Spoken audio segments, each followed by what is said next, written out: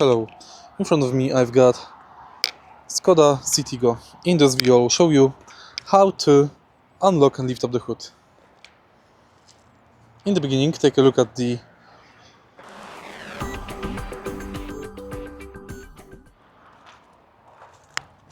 bottom part of the cockpit.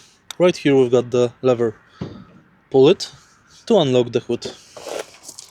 Next, we have to find second lever, which is located mostly in the center of the hood. Sometimes it can be located on the side.